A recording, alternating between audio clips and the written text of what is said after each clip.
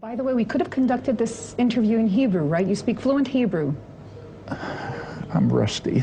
If it was 50 years ago, yes. Your father was a Hebrew professor. Yeah, and I lived in Israel for a while, and my Hebrew was, it's obviously an American accent, but it was fluent. I can still read perfectly well, but I wouldn't trust myself to speak.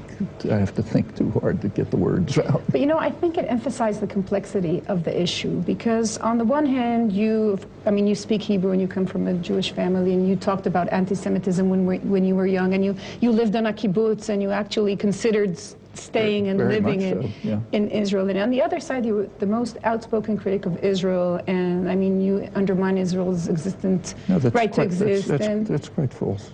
In fact, I don't regard myself as a critic of Israel. I regard myself as a supporter of Israel.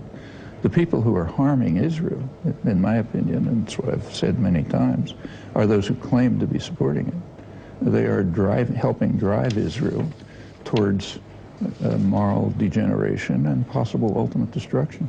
I think support for Israel should be support for policies which are to its benefit. But you talk about the fact that you don't support the right of Israel to exist as a Jewish state. I don't support the Israeli public saw you go and shake hands with Hezbollah's leader Nasrallah just a couple of days before he started the bombing Israel and so on. No, it's not a couple of days before, and furthermore, they saw pictures of me meeting Nasrallah, but they didn't see pictures of me meeting his main enemy, with whom I spent much more time, Walid Jumblat. What's happening is that when I went to Lebanon, as in any other country, I try to find out as much as I can about the country if I have a little time. So I met with the head of Hezbollah. It's a major political force in Lebanon. In fact, in the last elections, the coalition that it's also this leader who's calling the demolition of Israel. And actually, what Hezbollah's position has been is that any position that the Palestinians accept, they'll accept. He doesn't think Israel should exist. Okay. He has so many missiles which are aiming Israel, and now he's aiming to bomb Tel Aviv. But even there should. I'm sorry, he has missiles, but they're used for deterrence. Now, let's go back a step. You said I'm calling for the destruction of Israel, or some words like that. No, that you... I don't think it should exist as a Jewish state. Yeah, I don't think the United States should exist as a Christian state. I don't think that Pakistan should exist as an Islamic state. But there's a big difference, because the United States and Pakistan, there is no nation in the world calling for their destruction and having a nuclear weapon like Iran, for example. And like Iran does not have nuclear weapons, and it's not calling for the destruction. It is calling for the destruction. Ahmadinejad is very specific in saying that... These are quotations that appear in the Israeli press. I heard him say that in his voice. No, what he said is, and I don't approve of it, he said he was quoting Khomeini during a period when Israel was very close to Iran and didn't mind Khomeini saying it.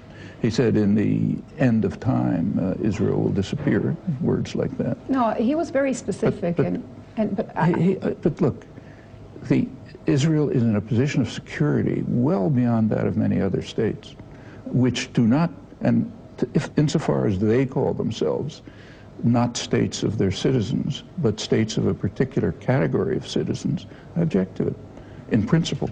So what should I understand from your words? What are you telling Israelis? Go back to Europe, not live as a minority here in Israel, take a chance, disregard history, sit on the beach. What should we understand from your, what is your action tomorrow morning? Exactly what I write 1,000 times. Though I was opposed to the existence of a Jewish state, and that was part of the Zionist movement, remember, as a Zionist youth leader, yes, I was opposed to the forming a Jewish state. Once it was formed, 1948, my position has consistently been that Israel should have all the rights of every state in the international system, no more and no less. Now, Israel demands more, and I don't agree with that. But the number one, I think, argument against what you preach for is the double standards, saying that, from talking of freedom of speech in countries where freedom of speech does not exist. You're going to Lebanon tomorrow, or when you go to, even here in Jordan, I don't think it's limited compared to Israel. Is Israel as bad as other countries? Did I ever say that? But you spend so much time targeting Israel. Really? Did Amnesty International ask me to give a talk that they could use to criticize human rights violations in Israel. No, they did it for Syria. But you said you have limited time. Looking in the map in the world, there are so many problems. Why is Israel in the center? Israel still, if you look around, is struggling, is trying to give democracy away, and it has gay rights and human rights. If you started by asking why is Israel in the center, answer, it isn't. Not for me. What's in the center for me is the United States, and for a very elementary moral reason. The moral principle is we are responsible for our own actions and their consequences. Every crime that Israel commits is because of U.S. participation and authorization.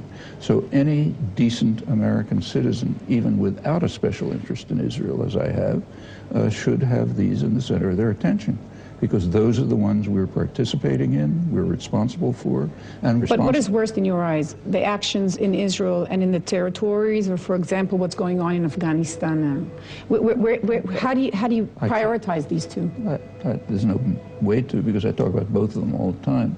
But is Israel what's going on in Israel as severe as what's going on in Darfur, Afghanistan, well, let's Sudan? Take Darfur. In the case of Darfur, yes, the crimes are worse, but there is much less that I can do about them. Much less, almost nothing, in fact. So yes, it's fine to sign petitions criticizing them, but there's no moral value to that. And you feel moral value because A, you're a citizen of the U.S., and B, you have connections to Israel, and you feel that you're part of Let's put aside the personal connection to Israel, which is there, but if I had no connection to Israel at all, simply as an American citizen, it would be of prime concern because the U.S. is decisively involved. But Israel, for example, could not attack Gaza, could not carry out the occupation and so on without decisive and direct U.S. diplomatic, military, and economic support.